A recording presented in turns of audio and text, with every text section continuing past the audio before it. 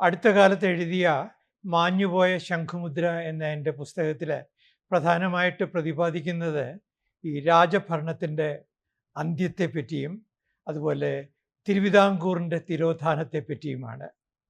നമുക്കൊക്കെ അറിയാം, പുതിയ തലമുറയ്ക്ക് തിരുവിതാംകൂർ എന്ന് പറഞ്ഞാൽ അങ്ങനെ പരിചയമുള്ള ഒരു പേര് അല്ല. എന്നാൽ ഒരു 60-70 വയസ്സിന് മുകളിലുള്ള ആളുകളെ സംബന്ധിച്ച് തിരുവിതാംകൂർ എന്നുള്ള പേരിന് വളരെ പ്രാധാന്യം ഉണ്ടായിരുന്നു. പഴയ തലമുറയിൽപ്പെട്ട ആളുകൾ മറ്റ് സ്ഥലങ്ങളിലൊക്കെ പോകുമ്പോൾ ഞാനൊരു തിരുവിതാംകൂറുകാരനാണെന്ന് അഭിമാനത്തോടെയാണ് പറയുന്നത്. അങ്ങനെ പറയാൻ കാരണമുണ്ട്. വിദ്യാഭ്യാസത്തിൻ്റെ കാര്യത്തിൽ, അതുപോലെ പൊതുജന ആരോഗ്യത്തിൻ്റെ കാര്യത്തിൽ എല്ലാം വളരെ മുന്നിൽ നിന്നിരുന്ന ഒരു പ്രിൻസ്ലി സ്റ്റേറ്റ് ആയിരുന്നു തിരുവിതാംകൂർ. തിരുവിതാംകൂറിലെ സന്ദർശനം കഴിഞ്ഞിട്ട് മടങ്ങിപ്പോകുമ്പോൾ ബ്രിട്ടീഷ് അധിനിവേശ കാലത്ത് വൈസ്രോയിമാർ ഒന്നാമതായിട്ട് ഓർക്കുന്നത് തിരുവിതാംകൂറിൻ്റെ ആ കാലാവസ്ഥയുടെ പ്രത്യേകതയെ പറ്റിയാണ്.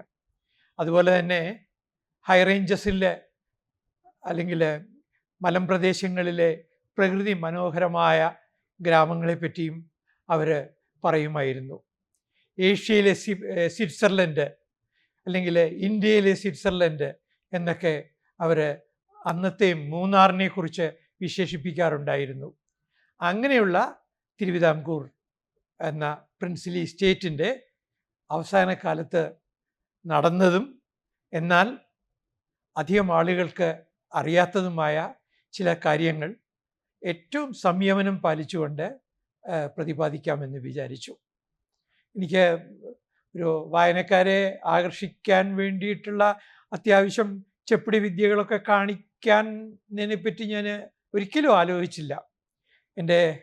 ഞാനൊരു പത്രപ്രവർത്തകനായിട്ടാണ് ജീവിതം ആരംഭിക്കുന്നത്, ഔദ്യോഗിക ജീവിതം ആരംഭിക്കുന്നത്. കൂടുതൽ വായനക്കാരെ ഉണ്ടാക്കാൻ വേണ്ടിയിട്ട് ചില പൊടിക്കൈകളൊക്കെ കാണിക്കണം എന്ന് എനിക്കും തോന്നി. പക്ഷേ അതൊന്നും പാടില്ല.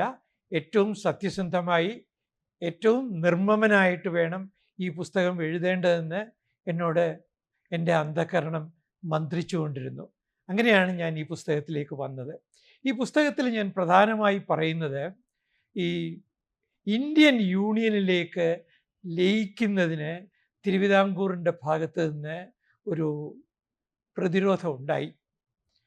ആ പ്രതിരോധം ഉണ്ടായതിന് കാരണം തിരുവിതാംകൂറിന് ഒരു സ്വതന്ത്രമായി നിലനിൽക്കാൻ കഴിയും എന്ന ഒരു ആത്മവിശ്വാസമായിരുന്നു.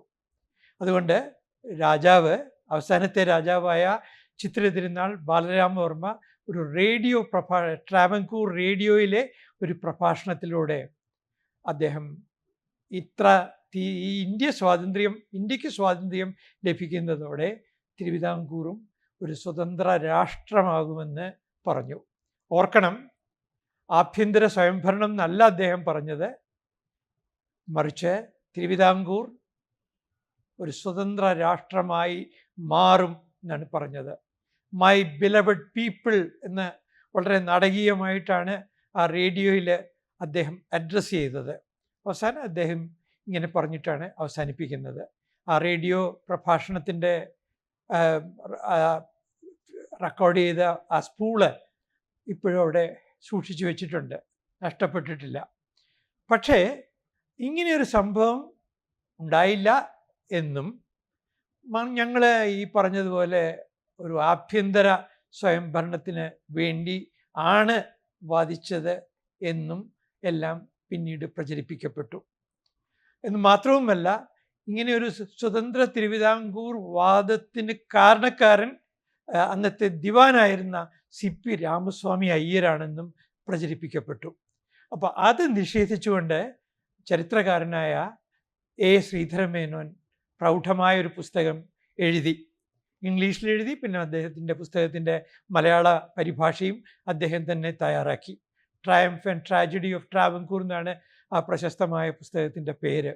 പക്ഷെ ആ പുസ്തകവും ഒരുപാട് കാര്യങ്ങൾ പുറത്തു വരുന്നുണ്ടെങ്കിലും ചില അന്തർനാടകങ്ങൾ അദ്ദേഹത്തിന് അറിയാത്തതുകൊണ്ടാവണം അദ്ദേഹം അതിനകത്ത് ഉൾപ്പെടുത്തിയിട്ടില്ല.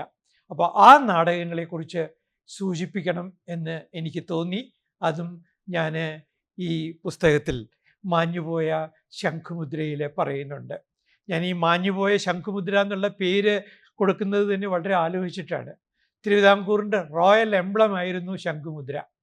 ആ ശംഖുമുദ്രയായിരുന്നു പണ്ട് പ്രമാണങ്ങളിൽ, അതുപോലെ ഔദ്യോഗിക ബോർഡുകളിൽ എല്ലാം ഉണ്ടായിരുന്നത്. ആ ശംഖുമുദ്ര ഇന്ന് എവിടെയും കാണാനില്ല.